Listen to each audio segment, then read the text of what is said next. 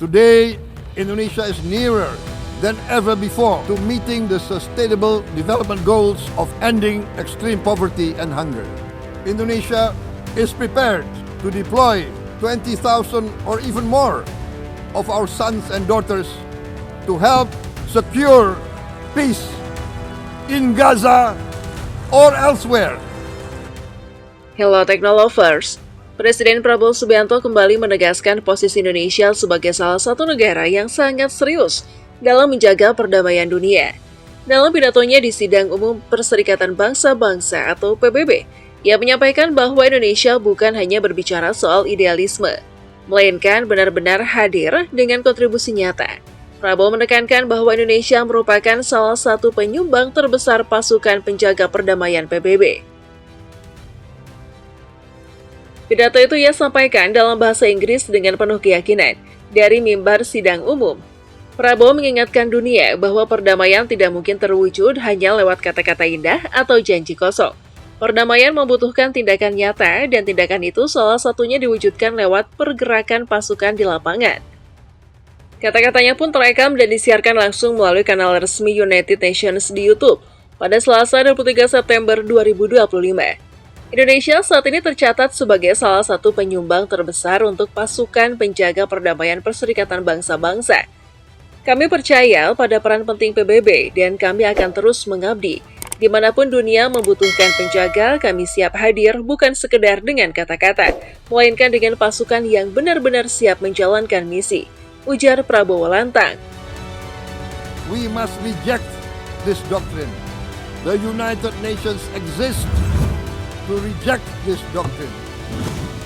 Siap kirim hingga 20.000 pasukan. Lebih jauh, Prabowo menegaskan bahwa Indonesia memiliki kesiapan luar biasa jika diminta menambah kontribusi.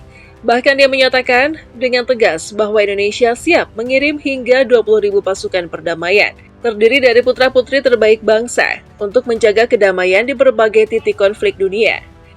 Ia menyontohkan beberapa lokasi yang kini masih dilanda konflik, mulai dari Gaza yang terus diguncang perang, Ukraina yang belum menemukan jalan damai, hingga negara-negara di Afrika seperti Sudan dan Libya yang berkali-kali dirundung krisis kemanusiaan. Menurut Prabowo, Indonesia tidak akan ragu jika memang dimintai untuk hadir di garis depan menjaga perdamaian di wilayah-wilayah tersebut. Jika Dewan Keamanan PBB maupun Majelis Agung ini memutuskan Indonesia siap mengerahkan hingga 20.000 putra-putri kami, bahkan lebih untuk membantu menciptakan stabilitas, baik di Gaza, Ukraina, Sudan, Libya, atau dimanapun ketika perdamaian perlu ditegakkan, tegasnya lagi. Komitmen bukan hanya pasukan, tapi juga dukungan finansial. Prabowo juga menegaskan bahwa komitmen Indonesia tidak berhenti pada penyediaan personel. Indonesia, menurutnya, siap menanggung beban yang lebih luas, bukan hanya mengirimkan pasukan militer, tetapi juga berkontribusi dalam pendanaan.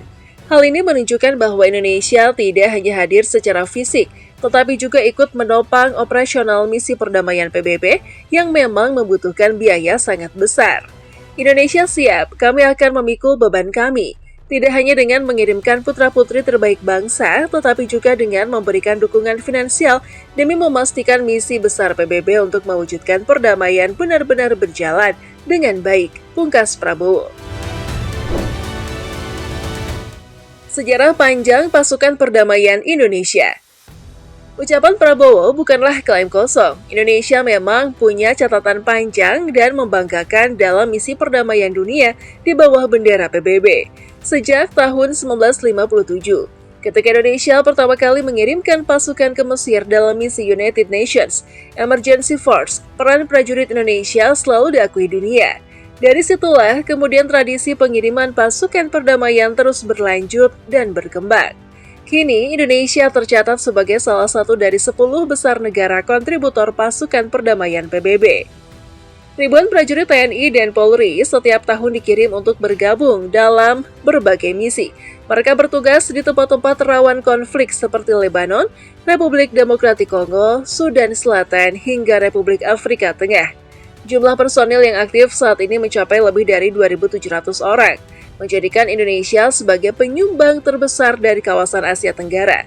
Keberadaan mereka tidak hanya dihitung dari angka, tapi juga dihormati karena profesionalisme, disiplin, dan kemampuan adaptasi di medan yang sangat sulit. Misi-misi yang membanggakan. Di Lebanon misalnya, pasukan Garuda yang tergabung dalam misi UNIFIL sudah bertahun-tahun menjaga stabilitas di perbatasan dengan Israel. Di Kongo, pasukan Indonesia terlibat langsung dalam operasi pengamanan wilayah konflik yang penuh resiko.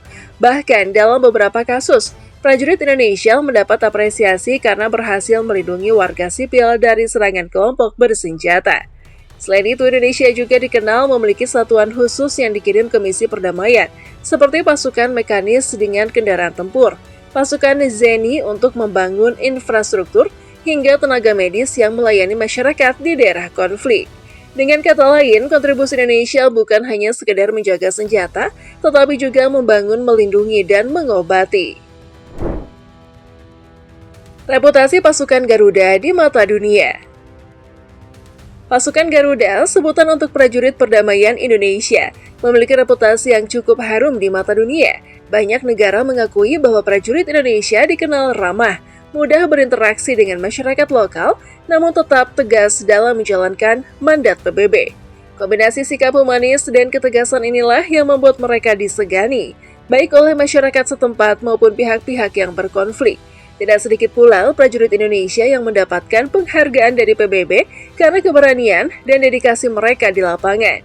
Kisah-kisah heroik prajurit Garuda kerap menjadi berita internasional, mulai dari penyelamatan warga sipil, pengamanan distribusi bantuan kemanusiaan, hingga evakuasi medis di tengah baku tembak. Mengapa Indonesia sangat serius? Lalu, mengapa Indonesia begitu serius terlibat dalam misi perdamaian PBB? Ada beberapa alasan. Pertama, sebagai negara dengan jumlah penduduk terbesar keempat di dunia, Indonesia merasa punya tanggung jawab moral untuk ikut menjaga stabilitas global.